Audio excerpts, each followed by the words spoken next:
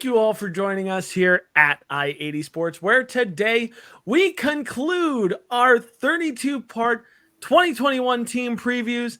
Tonight's team, the New Jersey Devils. Thank you for joining us here again at I-80 Sports.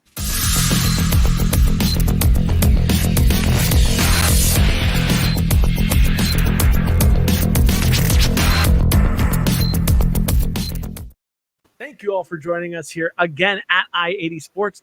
Make sure that you follow us down below at our website, i80sports.com, for all of the team previews that we have there because, hey, we are done now with our team previews. This is the final stop on our road from our 32-part 2021 team previews because now you can go and check out every single video on the catalog. If you're not a fan of the New Jersey Devils, I don't know what you're doing here, but go and check out our previous videos. Your favorite team is there. We've got a playlist on YouTube. You can check it out there. You can binge watch it all the way through, leading up to the beginning of the NHL season. And while you're there on our website, go to the shop, get yourself a t-shirt as low as $8. And make sure that you follow us down below at I80_sports NHL on Twitter. And if you're already following us on Twitter, thank you guys so much because we greatly value all of your support. Without you guys, we can't do this on a weekly basis. And if you're here on YouTube, make sure you like, comment, and subscribe for all of our weekly NHL content because after this, we're dropping back down to 1 to 2 videos a week. We're going to be doing our weekly videos on Monday nights, talking about the news and notes around the NHL. And we've also got a special series coming up over the course of a bi-weekly series highlighting our 2 favorite teams, the New Jersey Devils and the New York Rangers. You're not going to want to miss that as well. I'm Brian. He's Tom. Tom, how are you doing today? Doing well, and here we are to preview a team that I hated growing up, and I still don't like very much. And they're from my home state, and they're from New Jersey, and they're the New Jersey Devils. And yeah, that's them. Well, don't worry, Devils fans. I got you. I got your back because I am a diehard Devils fan to my detriment, as I have told you guys in previous videos before. And maybe it's not necessarily to my detriment this year. Devils are looking not too shabby so far, if I do say so myself, but we got to pump the brakes for a little bit because we need to come back down to earth because sadly, what was their team facts from last year? I don't want to go through this. Most Devils fans don't want to go through this. That's okay. We'll get through it together. This is therapy time. So the Devils record last year, what was it? It was 19-30-7. That's 19 wins to 30 losses to 7 overtime losses, which was good for 45 points and 7th place in the East Division. So, hey, it wasn't last. Yay. Hey, at least we got Luke Hughes out of it. At least we got that. Power play and penalty kill stats. Oh, God, do we have to talk about this too? Power play last year, they were quite below league average. They were sitting at 14.2% on the power play, which is below the league average at 19%. And then on the penalty kill, it gets worse. It always gets worse. 71% on the penalty kill, and league average is 79%. Yay. Leading scorers last year, here's some bright spots here because Pavel Zacha was one of your co-leaders on the team in points last year. 35 points for him. Co-led that with Jack Hughes with 35 points. And rounding out the bunch was newcomer, the rookie last year, Yegor Sharangovich with 30 points last year. He was quite the revelation for the New Jersey Devils this last year, who could be even better this year. Some key additions and subtractions. Woo! Woo! The Devils had an offseason, to say the least. So additions, Ryan Graves, Christian Jaros, Jonathan Bernier, Chase DeLeo, Brian Flynn, Joe Gambardella, Thomas Tatar, Mark Jankowski, who was recently just released from his PTO, Jimmy Vesey, and Tyler Rotherspoon. And I feel like I'm forgetting the name. What name am I? Oh, right. Dougie Hamilton was also an addition to this New Jersey Devils team. Quite the addition, to say the least. Subtractions, some interesting subtractions here.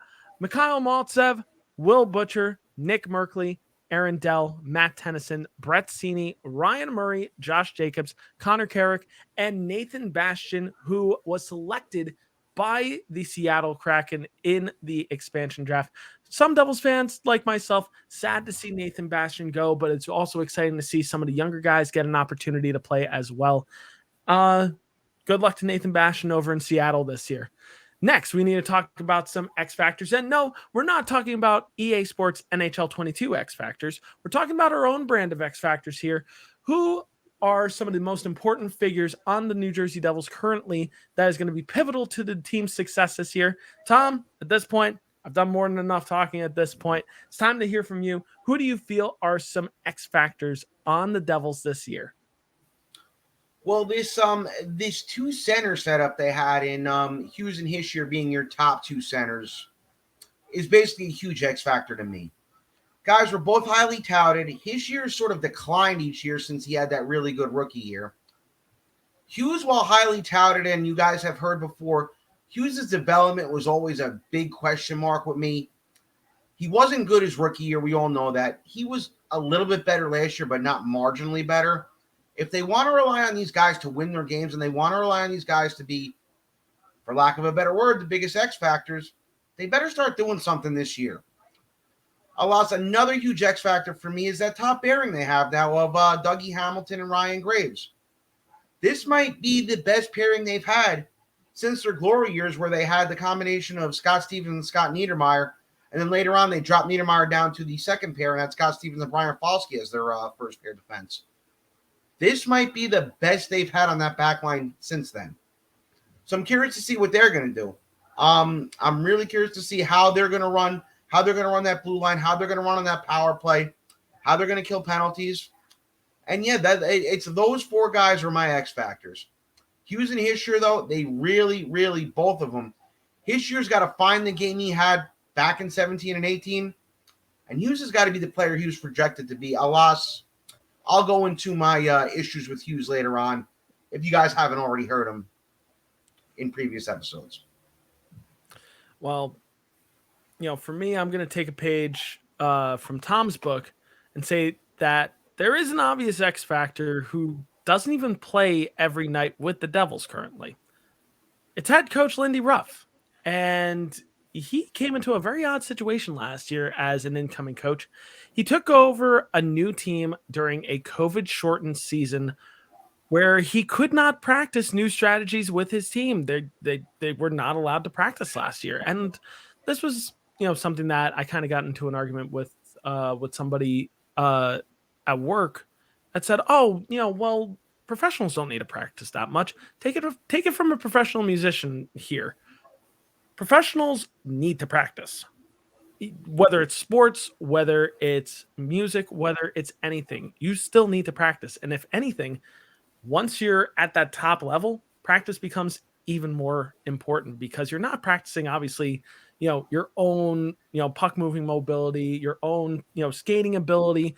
You're practicing and implementing strategies that different coaches have. Every coach is different. Every coach is like a thumbprint.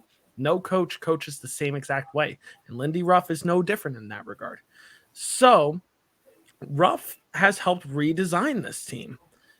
He's implementing these new strategies. He's actually had a training camp to really implement these strategies now, and it's paying off in preseason play.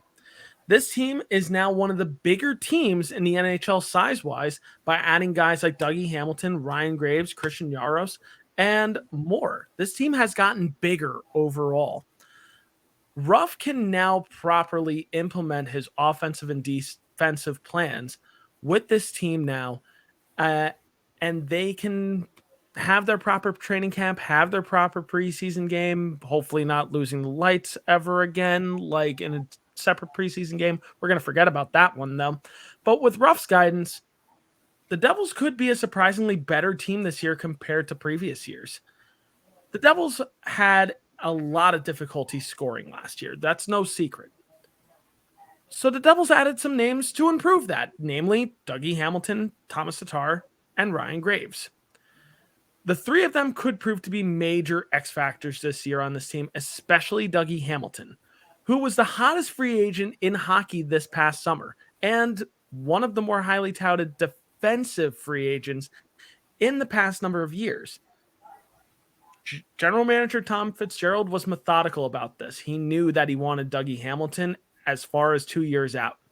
And he made his pitch, and Hamilton decided to sign here, which was certainly to the elation of Devils fans around New Jersey, around the world. Hopefully, Hamilton does not have a first year on a big contract hangover. I don't think he does, but we can pray that that does not happen. Overall, this defense is greatly improved from last year with the additions of Hamilton and Graves. It gives relief to guys who are not quite number one defensemen, such as PK Subban, Damon Severson, who Damon Severson is still one of the best defensive defensemen in the entire league. And if you don't believe me, look at his advanced stats. He's the type of guy that does everything right in the game and then makes that one blunder of a play that leaves Devils fans saying, oh, he sucks. I told you he sucked. But he's really not that bad. And Ty Smith. It gives reliefs to all three of those guys that don't need to play that top pairing minutes, that don't need to play 22 to 26 minutes a night. They can play subdued minutes and be effective. PK Subban is a person that I look at that doesn't have to carry the torch anymore. He can sit on that third defensive pairing, play about 16 to 18 minutes a night, and do his thing like he does best. Also get some power play time because he's a good power play quarterback. The defense as a whole is a big X factor that will be important to the Devils' success this year. Lastly is the goaltending. The Devils were put in quite a pickle last year because of the abrupt departure of Corey Crawford. Then Mackenzie Blackwood, although starting the year off very strong, came down with COVID much like the rest of the team and was just not quite right ever since he returned. Now adding Jonathan Bernier, this tandem of Mackenzie Blackwood and Jonathan Bernier may very well be among the best in the entire Metropolitan Division. No exaggeration. This tandem could be very, very fun to watch this year. There is finally the relief that we needed in Jonathan Bernier. It could be a very fun goaltending tandem. The success of the team relies on the defense and the goaltending this year. Those are my X factors for the New Jersey Devils. Moving on to breakout candidates, maybe looking at a player who's coming into a rookie season, haven't had a real good taste of the NHL just yet, or maybe talking about a player that has played maybe a couple years and could be in line for a career year. So, Tom, let's start with you. Who could be a breakout candidate or breakout candidates on the New Jersey Devils this year? Believe it or not, mine is Dawson Mercer. He was over a point per game player in the QMJHL. He had a really good World Junior Championships last year, too. And he is that prototypical center coming in. Point per game guy in junior hockey in Canada. Very good player for Team Canada in the World Juniors. And could it possibly be that if he comes in and tears it up on that third line and Hughes and Hischier can't, just for some reason can't find their game, could it very well be Dawson Mercer as your first line center before the year's over? Could it be? I don't know. It's hard to put my finger on it with Mercer only because last year, he played in the QMJHL again last year, but that league was on and off and on and off and on and off. It's really hard to put his stats last year and what he can do this year and kind of coming into camp cold. But that guy, he just seems to be the one for me. I look at him, I'm like, there's a lot to like about this guy. And could he very well surpass Hughes and Hischier? I think it's a good possibility. Yeah, I think Dawson Mercer is a fantastic choice. He's an honorable mention to me. He has been quite the surprise in training camp and in preseason, not just by like, wow, this kid's actually a good player. It's more so like, wow, he's ready so quickly. We didn't anticipate as Devils fans seeing that Dawson Mercer was going to be ready this quickly. We knew that he was going to be bound to the NHL eventually, but not this soon. He plays a very mature style of hockey. He's playing so well lately. He has certainly earned his spot on the team this year. And as I will allude to in the potential opening night lineup, he's in that opening night lineup. Another person that a lot of people will quickly point out as well is Alexander Holtz. And Holtz I do have on my opening night lineup. I'm just wondering if it's more so his 9-day conditional stay at the NHL level before the Devils decide he needs a little bit more time. We're just going to have to see. I think Holtz has also been very good in the preseason. That shot has been fantastic, and he could be exciting to watch this year if he ends up staying for a full season and beyond. But that being said, they're honorable mentions. While I think they could perform well this season, I'm going to go with an individual that many wrongfully called a bust in his rookie season and just has not lived up to his highly hyped potential. That's right. I'm talking about Pavel Zacha. Surprise! Drafted 6th overall in 2015, Pavel Zacha has not lived up to his potential like most fans were hoping for, especially when Devils fans are really quick to point out on losing out on guys drafted after him, notably in order-ish. Ivan Provorov, Zach Werenski, Timo Meyer, Mikko Rantanen, Matt Barzal, Kyle Connor, Thomas Chabot, Brock Besser, and Travis Konechny. Just a few names that come to mind that were drafted directly after Pavel Zacha in that 2015 draft. That being said, Zacha upped the production in a big way last year. He had his highest goal total of his career with 17 goals and his highest point total with 35 goals in just 50 games. That's another big point to point out here. It was 35 points, but it was in a smaller sample size. It was only in 50 games. The last time that he amassed a career number was in 67 games. That's 17 games more. His least amount of games that he has played since his rookie season. So 50 games played in a single season, that's the lowest total, and he amassed his highest amount of points. Zacha is this team's Swiss Army knife. So what do I mean by that? What do I mean by a Swiss Army knife? What I mean by that is you can throw him out in any situation and he is going to perform to the best of his ability and give you exactly what you need in that situation. He's going to be relied upon in the penalty kill this year. We could see him get some power play minutes as well. He could play the third line some nights. He could play the first line some nights. He could play fourth line minutes some nights. He's a chameleon. He's going to be able to blend into those situations very well. We could very well see a very productive year again by Pavel Zacha, who Lindy Ruff has been quick to point out that he is impressed with his skating coming into this season, that his skating has improved very much from last year.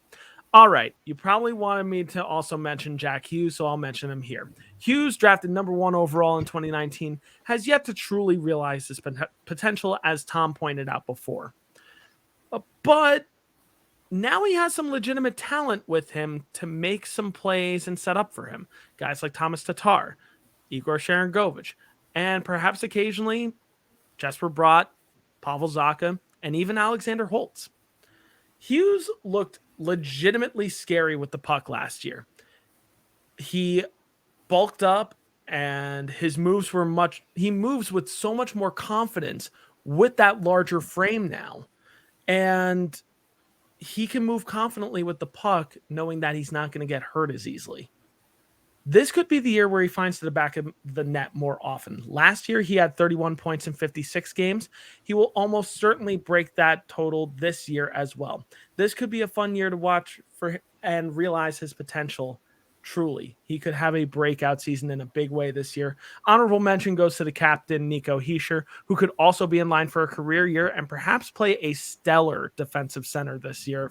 And maybe in the next coming years could be in line for that Selk trophy that Tom Fitzgerald thinks that he could be in line for in the next coming years. Next, we're going to talk about the potential opening night lineup, which I took a little bit of liberty with this lineup myself, because in previous lines, I consulted Daily Faceoff, The Athletic. I did the same for this one, but I also am ignoring some of the injuries right now because the Devils have a little bit of an injury bug right now going around. Ty Smith is out. Damon Severson is out. Jack Hughes is still a little bit on the mend. He's probably going to be ready for opening night. We don't necessarily know about Damon Severson. We don't necessarily know about Ty Smith. I am projecting this lineup with them in mind in this opening night lineup. So take this opening night lineup with a grain of salt. This is what I'm thinking, just as what the lineup could look like on a night in and night out basis. So that being said, what do I think that this Devils lineup could look like? Well, I'm glad that you asked. We're going to start with the first line, as we always do, the top line, moving from left wing to center to right wing. We've got Thomas Tatar with Jack Hughes and Igor Sharangovich. On the second line, we've got Andreas Janssen with Nico Hischier and Jesper Bratt, which I know a lot of Devils fans are going to be quick to be like, Andreas Janssen? Really? Why Andreas Janssen? Because he moves fast. And I'm also thinking that last year was kind of an anomaly. Didn't really get the chance to practice under the Lindy Ruff system. Now with the preseason under his belt and learning the system a little bit more, this is the year where he's either going to prove it or we deal him at the deadline for something. So we're just going to have to see what happens. Next on the third line, we've got Pavel Zacha with Dawson Mercer and Alexander Holtz. And then lastly on the fourth line, we've got Miles Wood with Michael McLeod and Yanni Kuokkanen. And also remember, I put Yanni Kuokkanen on the fourth line. He's a guy that could shift up and be that chameleon from night in and night out that could also move up as well. That and Lindy Ruff loves to start with the fourth line on most nights in the opening lineup to start a game. So he could get some minutes that way as well. Next to the first line of defense, we've got Ryan Graves with Dougie Hamilton. The second pairing, Ty Smith with Damon Severson. And then lastly on the third line of defense, we've got Jonas Siegenthaler with PK Subban. And finally, rounding out the goaltending, I made this a 1A and 1B situation just quite simply because Jonathan Bernier has kind of earned that right as a 1B type of goaltender. So goalie 1A, Mackenzie Blackwood, goalie 1B, Jonathan Bernier. So I got to say that this is a much improved Devils lineup compared to last year.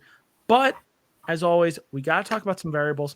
Obviously, there's maybe not too many things that is going to change between now and opening night unless, I don't know, Jack Hughes falls down a flight of stairs, which in previous videos, why am I wishing this on people? What is wrong with me? But anyway, that is one way things can change. Freak accidents do happen, but there's more ways that this lineup can evolve between opening night to the Olympic break, from the Olympic break all the way past the trade deadline. So, Tom, let's start with you. What are some variables to you on this Devils lineup for this year?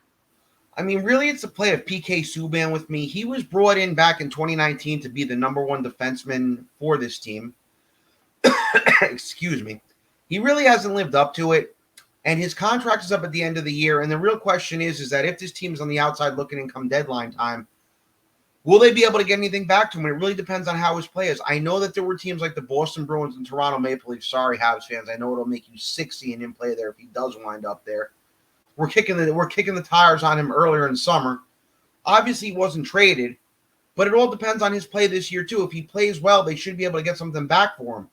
But if he has a career-worst season, and with the cap being the way it is, I'm going to be hard-pressed to see anybody calling to trade for him. And like I said before, another one is the play of Jack Hughes. I've said it a million times, and I'll say it till I'm blue in the face. He was the number one overall pick, but I do feel like his stats playing with the national team development program were really inflated. I'm hoping this year that after 2 years in the league, he can finally learn it for his sake, for Team USA's sake, and for Devils fans' sake. I'm hoping that he can finally learn it. Am I expecting him to score 100 points and win an Art Wars trophy? No. But let's just say if he can get himself 20 goals and 40 or 50 assists, I think that'll be an okay year for him. But if he's hovering around 10 goals and 20 assists in 70 games in, then you really wonder, is Jack Hughes a bust? Then you really wonder, does Jack Hughes maybe need to go to the wing?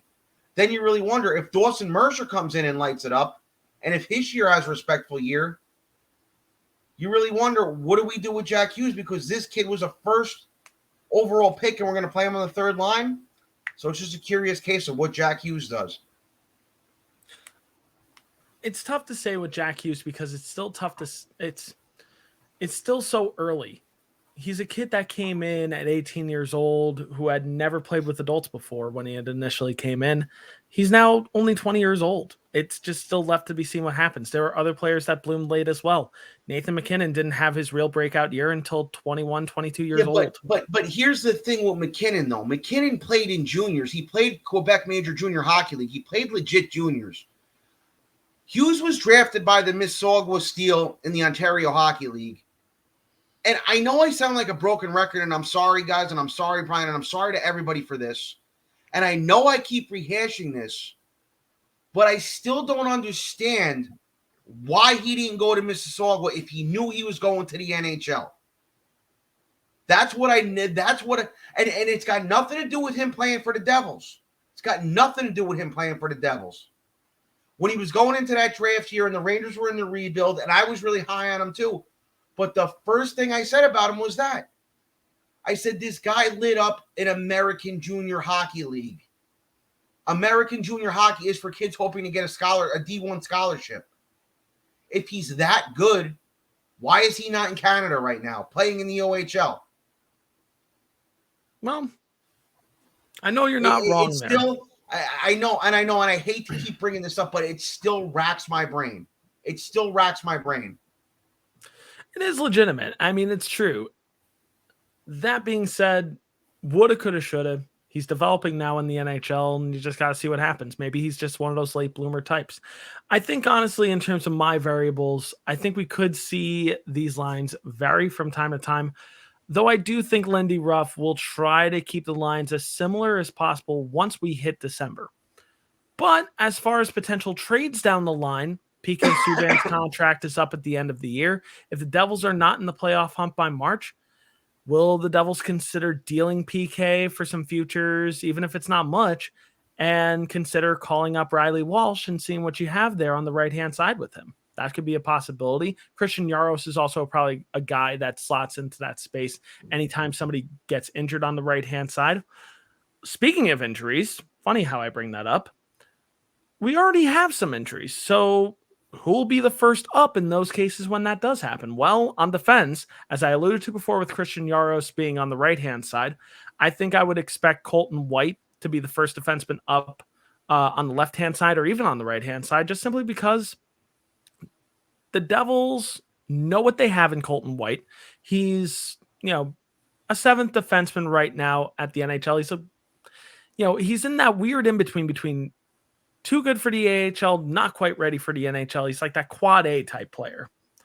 And also, I don't think it would be wise to rush Kevin Ball's development. You don't need to rush him up just yet. Yeah, it's exciting to watch him play. It's exciting to watch a giant like him play, but you got to let him develop a little bit more. He's a guy that's still a little bit green. I know a lot of Devils fans are excited about him. I'm excited about him, but he needs to develop properly to become that defenseman that we all think that he can be, which when, going on all cylinders, he could be a top 4 level defenseman. Maybe realistically, he's a top 6 defenseman, just a regular defenseman in the NHL. It's surprising to me just how ready Dawson Mercer and Alexander Holtz are for NHL competition. Both were drafted in the first round last year. That being said, there will be a cast of characters that the Devils can rely upon to come up in a pinch if anybody else goes down. The Devils just recently signed Frederick Gauthier, so he will be a bench regular that can also go up and down between the AHL and NHL. We're still unsure about Jimmy Vesey. As of this recording, where he hasn't been offered a contract yet by the Devils, but it would be nice to see him stick around. He really has performed well in preseason. He has been playing for his career and playing for his life right now. I think he's absolutely earned that opportunity. And to be quite honest, if Alexander Holtz is not quite ready for the NHL, if he only gets those 9 games and gets sent back to juniors, then Jimmy Vesey very quickly slides into that slot on the third line and produces quite well, I think. There are other casts of characters from the AHL, from Utica, who could come up when needed. And those names that just immediately come to mind, Nolan Foote, who we all thought prior to a few weeks ago was a foregone conclusion on this lineup this year. Turns out needs a little bit more time. Marion Studenic is another guy that comes to mind that could come up in a pinch. Jesper Boakfist is another person that's a regular on the bench and also floating back up, back and forth between the AHL and is a proven commodity as well that could find some minutes in the NHL this year as well. And then lastly is another guy that really hasn't found that NHL minutes this year, but I think this year could be the year that he does, Fabian Zetterlund. I like how his game is developing. I think he is a guy that could come up if injuries do rack this team for whatever reason. And I think Devils fans will actually be pleasantly surprised by what Zetterlund can do, those that have watched him in Binghamton the past years. And if you track him in Utica this year, I think you will be pleasantly surprised by Fabian Zetterlund. Lastly, we're moving on to our question of the day, our last segment, but our question of the day stays the same as always. Where do the New Jersey Devils finish in the Metropolitan Division this year. Tom, you're smiling already, and I know why. Because you're going to wreck my dreams and wreck all these poor Devils fans' dreams. So come out and say it. Where did the Devils finish in the Metropolitan Division this year? Unfortunately, I guess for you Devils fans, and it's not Ranger bias, it really isn't.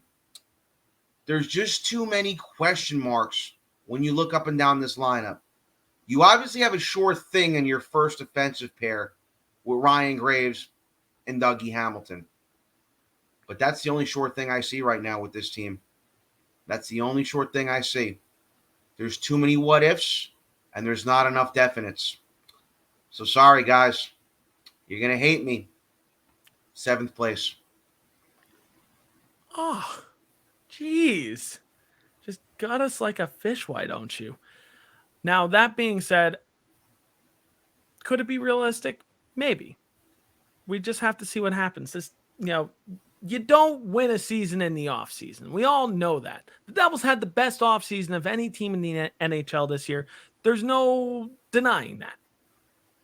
But you don't win your games in the offseason. You win your games in the regular season, and that's where the Devils need to perform. But that being said, I'm going to be bold here. And this is going to be one of my bold predictions that I'm going to be talking about here. And yes, I'll be a homer here for this one. I'm going to say the Devils squeak into the wild card slot and take that 4th place in the Metropolitan Division this year. They hit the ground running last year, and I always wonder what would have happened if this team didn't suffer from COVID last year. This team was scary. They were beating the Boston Bruins. They were beating the Washington Capitals. They were, hanging with the best teams in the NHL. And COVID happened, and this team was never right afterwards. Mackenzie Blackwood was never right. Ryan Murray even admitted COVID affected him heavily last year once he came back. Other players were heavily affected. Nico Hischier was up and down on the mend from COVID and also from an injury that he sustained in Switzerland as well. So this team suffered from COVID last year. They were not the same team when they returned. This is a much improved team from this past offseason, and the additions they made this season may have just rushed the rebuild to the contention line. Not the finish line, the contention line. They're still a little ways away from contending. They're still a little ways away from that. It could very well be like a first-round exit like we saw in 2018. But this Devils team is built for the future. If they make the playoffs this year, they could make the playoffs next year, and the year following, and the year following. This is an exciting Devils team to watch. I'm excited to watch this season. I know other Devils fans are excited to watch this season. But as always, guys, what do you guys think? Do you agree? Do you disagree with our takes? You got to make sure that you let us know down below in the comments section. And while you're there, like and subscribe for all of our NHL content that we got coming up. We've got our regular show coming up on every Monday coming up. And if you're looking to go back to those team previews, check out what we did. We've got it all on a playlist on YouTube. They're all there. And with that, that's the end of this 32-part series. It's amazing that we've already come to the end of this. It's, we started this in August and we're already here in October. And, when we talked about starting this in August, it felt so far away to talk about this. And it's amazing that it's already over. It's been a wild ride. It's been a fun ride. It's been a tiring ride, but this has been a blast. This has been a ton of fun to do. And we can't wait to do it next year because we're just masochists like that. And we just love the content and still. And for those of you that joined us along the way and, caught us all the way through, thank you guys so much for your support because it has been greatly appreciative by myself, by Tom, by the rest of the I-80 team. It has brought a smile to my face seeing all the positive comments that you guys have been leaving on our series. And thank you guys so much for all of that. You guys have really, been the difference in, some days throughout this in past couple months. But now I'm just so excited to watch the regular season of hockey. But before we go, you got to know where you also can check us out besides YouTube here. You can check. I can't speak.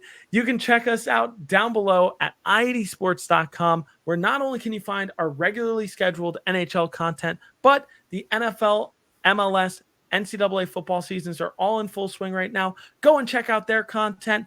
and the NBA season is just getting ready to tip off. You can check out their content there as well. And while you're here on our website, make sure to check out our shop. Get yourself a t-shirt as low as $8. And if you're on Twitter, make sure you follow us down below at I80_SportsNHL. And if you're following us already, thank you guys so much for your support because we greatly value all of your support. Without you guys, we can't do this on a weekly basis. But I would say normally that it's time to move on to greater and greater pastures to a different team, but there's no more teams to cover. It's time to drop the puck. It's time for the regular season. If you've caught us all the way through to the beginning of the regular season, thank you guys for joining us. It's time to drop the puck. It's time for the regular season begin. Go Devils. Tom, what do you have to say? Go Rangers. Yeah, exactly. But guys, as per usual, I'm Brian. He's been Tom. This has been not only our 2021-2022 New Jersey Devils preview, but this has been our NHL team preview series 2021-2022. Thank you guys for watching here yet again at I80 Sports.